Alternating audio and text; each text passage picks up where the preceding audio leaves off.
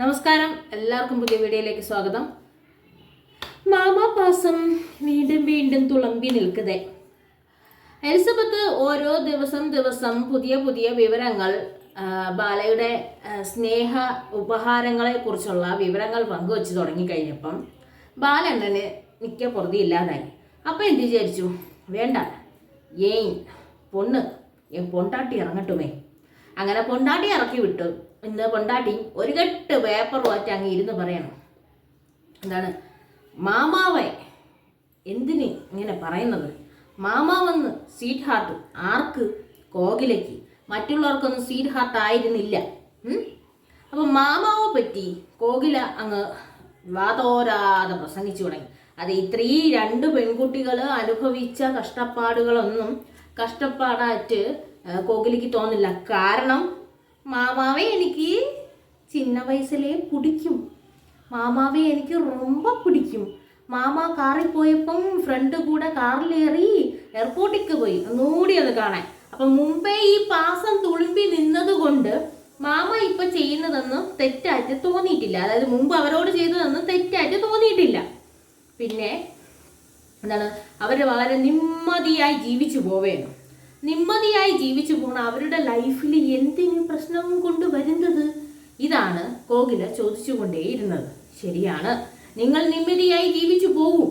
പക്ഷേ ഇപ്പോഴാണ് ഞാൻ സമാധാനമായ ഒരു ജീവിതം കിട്ടിയത്. ഇപ്പോഴാണ് എനിക്ക് നല്ലൊരു ഭാര്യയെ കിട്ടിയത്. മുമ്പ് ഞാൻ കുറെ കഷ്ടപ്പെട്ടു. എനിക്ക് മയക്കുമരുന്ന് മറ്റേ ഊസിമേലെ കുത്തി എന്നെ കൊല്ലാൻ ശ്രമിച്ചു. എല്ലാവർക്കും എൻ്റെ 250 കോടിക്ക് താൻ പിടിക്കും എന്നൊക്കെ പറഞ്ഞ് അണ്ണൻ വീരവാദം നടത്തിയ പറയണമായിരുന്നു. അണ്ണനെ കുറിച്ച് വെച്ച വിവരങ്ങളും ഇതുപോലെ പെമ്പിള്ളേർ പുറത്തു വിടുമെന്നു. ഇപ്പൊ പറയണത് എലിസബത്തിന് മുമ്പ് എവിടെ ഒരു ഭർത്താവ് ഉണ്ടെന്ന്.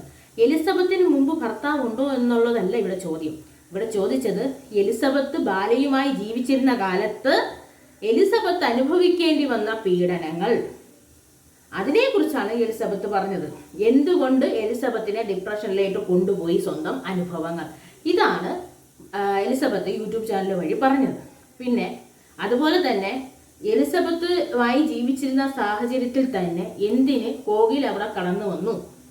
അപ്പൊ ഇത് അറിയാതെ ബാലണ്ണൻ തന്നെ പറഞ്ഞിരുന്നു, എന്നെ ഹോസ്പിറ്റലിൽ കിടന്നപ്പോൾ ട്രീറ്റ് ചെയ്യാൻ ആര് വന്നു? കോകില വന്നിരുന്നു എന്ന്.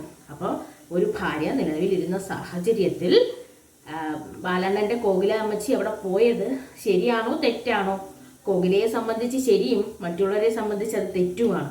അപ്പം ബാലണ്ണൻ കോകിലയോട് ഇപ്പൊ കാണിക്കുന്ന ഇതേ പാസം, എന്താ പൊളിഞ്ഞ് നിറഞ്ഞു തുളുമ്പണ എന്താ പാസം അന്ത പൊണ്ണുമേലെ അഭിനയമല്ലാതെ കാണിച്ചിരുന്നെങ്കിൽ കോകില ചേച്ചി ഇപ്പൊ ഇവിടെ എത്തൂലായിരുന്നു. കോകില ചേച്ചി തമിഴ്നാട്ടിൽ വരുന്നേനെ ഇവരൊരു ഒന്നുകിൽ എലിസബത്തിനോട് അല്ലെങ്കിൽ അമൃതയോടൊപ്പം തന്നെ ഇപ്പം വീണ്ടും ജീവിച്ചു പോയേനെ. അപ്പൊ ഇനി എന്താണ് വെളുപ്പിച്ച് ഇപ്പം എന്താണ് മാമാ പൊണ്ണ് ചിന്ന പൊണ്ണ് 24 ഇയർ ഓൾഡ് യങ് ഗേളും കൂടി വന്ന് വെളുപ്പിച്ചാലൊന്നും ചെയ്തതല്ലാതാവില്ല. ചെയ്തതായിട്ട് തന്നെ തുടരും. തെളിവ് അങ്ങോട്ടും ഇങ്ങോട്ടും കാണിച്ചിട്ട് നീതി ആർക്കാണെന്ന് വെച്ചാൽ അവർക്ക് നീതി ലഭിക്കട്ടെ.